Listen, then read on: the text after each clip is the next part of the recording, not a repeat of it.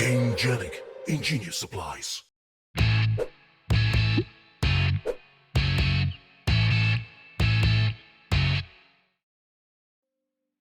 What's up, Spikes? We're back. Today's game is from a filming session that we were supposed to have in person, but a couple of us were out of action from being sick, so we moved it online.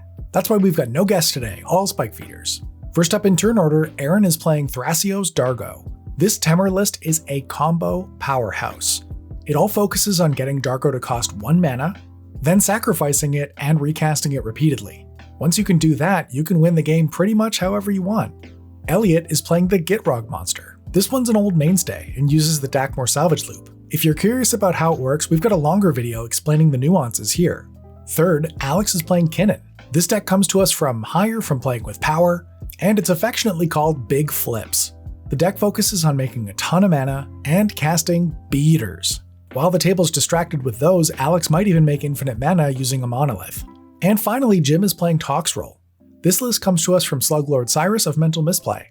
It's a blue-black control list that uses Toxrill to keep the board clear of creatures, but it's also got a few other tricks up its sleeve. Let's get right into it. On turn 1, Aaron draws a card, plays a Mana Confluence, and casts a Sol Ring going to 39, then passes to Elliot. Elliot draws a card, plays a March Flats, and cracks it going to 39, grabbing a Bayou. He casts Allosaurus Shepherd. That resolves, and he passes. Alex draws a card, plays a Breeding Pool untapped going to 38, and casts Llanowar Elves. Then he passes. Jim draws a card, plays a Watery Grave untapped, taking 2 damage, and casts a Mystic Remora. That's it for Jim, so he passes. Aaron untaps, draws a card, and casts Birgi, God of Storytelling. He takes 1 off the Mana Confluence. He follows it up with a Mox Amber, triggering Mystic Remora. Aaron doesn't pay, so Jim draws a card. The Mox Amber cast also triggers Birgi, so he adds a red, but has nothing to do with it, so he passes to Elliot. Elliot untaps and draws a card. He plays a Prismatic Vista, cracking it going to 38, grabbing a basic Swamp. He casts Putrid Imp. He follows it up with a Fyndhorn Elves, then passes to Alex. Alex untaps and draws a card for turn. He casts Allosaurus Shepherd, plays an island, then casts his commander, Kinnan Bonder Prodigy. He casts his own Mox Amber, this triggers Mystic Remora, and Alex doesn't pay, then passes the turn.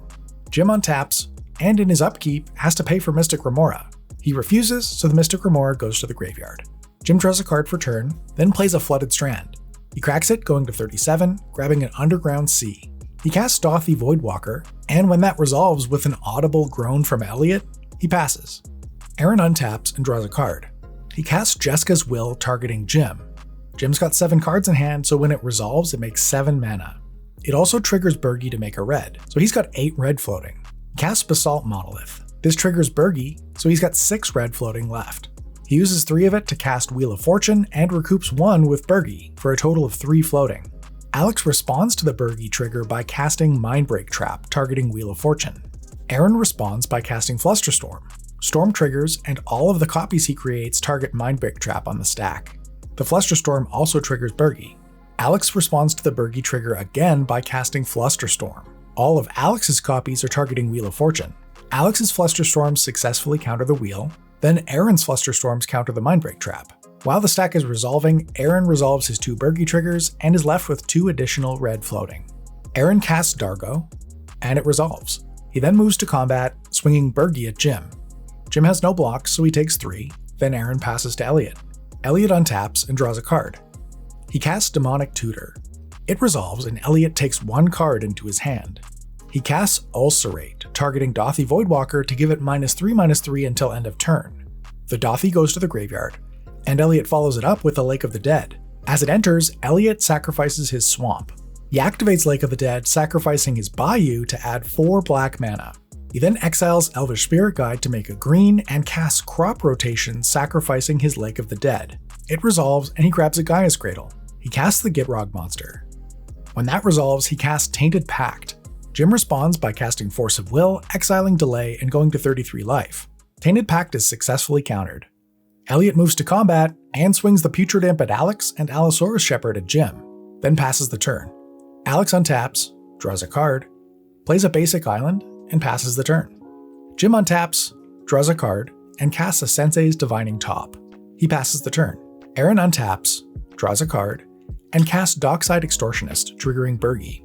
The Dockside count is at 2, so when it enters, Aaron makes 2 treasures. He casts Thrasios Triton Hero, triggering Bergie. Now he's got 2 red floating. He untaps Basalt Monolith, then moves to combat. He attacks Jim with Dargo and Bergie. There's no blocks, so Jim takes 10, 7 of which is commander damage. Then Aaron passes. Elliot untaps, and in his upkeep, the Gitrog monster triggers. So he holds priority and taps his Gaia's Cradle for 4 green mana. He resolves the Gitrog monster trigger and sacrifices the Gaia's Cradle to draw a card. He moves to his draw step, and the green mana drains. He draws a card. He moves to combat, swinging Putrid Imp and Allosaurus Shepherd at Jim. There's no blocks, so Jim takes 3. And with nothing to do in his main phase, he moves to end step. Alex activates Kinnan, looking at the top 5, and puts Phyrexian Metamorph into play as a copy of Dockside Extortionist. The count is at 4, so Alex makes 4 treasures. Now normally Kinnan doesn't have access to Dockside Extortionist and doesn't make a ton of treasures, but in this game it will. So let's talk about the first ruling on Kinnan. You're tapping a permanent for mana only if you're activating a mana ability of that permanent that includes the tap symbol in its cost. A mana ability produces mana as part of its effect. There are other conditions that need to be met to make sure that something is a mana ability, but I can assure you that a treasure is a mana ability and it does have a tap in the cost. So when Alex sacrifices 4 treasures, he creates 8 mana and activates Kinnan again. He looks at the top 5, and it's a big ol' whiff. Elliot continues to pass the turn, so Alex untaps and draws a card. He plays a Treasure Vault as his land for turn, then moves to end step. In his end step, Jim spins his Sensei's Divining Top, puts the top 3 cards back, and Alex continues to pass. Jim untaps, draws a card, and passes the turn. On turn 5, Aaron untaps, draws a card, and moves to combat. He swings Dargo at Jim. There's no blocks, so Jim takes 7. This brings him up to 14 Dargo damage. In Aaron's second main, he casts Seedborn Muse. This triggers Bergie, but he doesn't really have anything to do with the mana, so he passes to Elliot. Elliot untaps, and in his upkeep, the Gitrog monster triggers. He doesn't have any land to sacrifice, so he sacrifices the Gitrog monster, then draws for turn. He discards Golgari Grave Troll to Putrid Imp to give it flying. He moves to combat, attacking Alex for 2 in the air, and there's no blocks, so Alex takes 2. Elliot moves to his end step, and Alex activates Kinnan. He looks at the top 5 and puts Phantasmal Image into play, entering as a copy of Seedborn Muse. Aaron also acts before the end of Elliot's turn, activating Thrasios, scrying 1 card to the top, and then he puts Wooded Foothills into play tapped. Then Elliot continues to pass the turn. Alex untaps, draws a card, and plays a Mana Confluence. He activates Kinnan. He looks at the top 5, and it's another whiff. He moves to his end step. Aaron cracks his Wooded Foothills, and Jim responds by spinning Sensei's Divining Top. He puts them back, then activates Top to draw and put his Sensei's Divining Top on top of his library. Jim casts Vampiric Tutor, taking 2 and searching up a card from his library to put on top. Then the Wooded Foothills activation resolves and Aaron grabs a Tropical Island. Still in Alex's end step, Aaron activates Thrasios, scrying 1 card to the top, revealing a Force of Will, and then he draws it.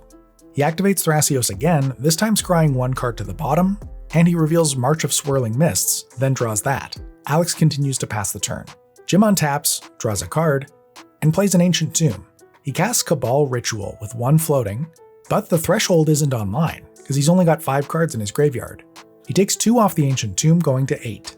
Alex responds by activating Kinnan, and looks at the top 5, putting Wandering Archaic into play. Cabal Ritual resolves, and Jim makes black, black, black, and adds it to his 1 colorless floating. He casts Grim Tutor, triggering the Wandering Archaic. Aaron responds to the trigger by casting March of Swirling Mists, X equals 2, targeting Wandering Archaic and Phantasmal Image.